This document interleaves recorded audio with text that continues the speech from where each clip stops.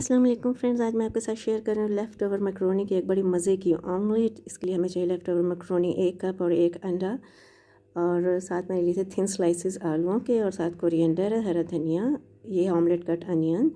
थोड़ा सा ऑयल आपने लेना है फ्राइंग पैन या कढ़ाई में, और इस पर एक लेयर लगा देनी है आलूओं का, चुटकी नमक और पिसी काली मिर्च छिड़क दें, 2 मिनट के लिए ढक दें। मीनवाइल बाकी इंग्रेडिएंट्स को आप अच्छी तरह मिक्स कर लें। एक्स्ट्रा आप स्पाइसेस भी डाल सकते हैं।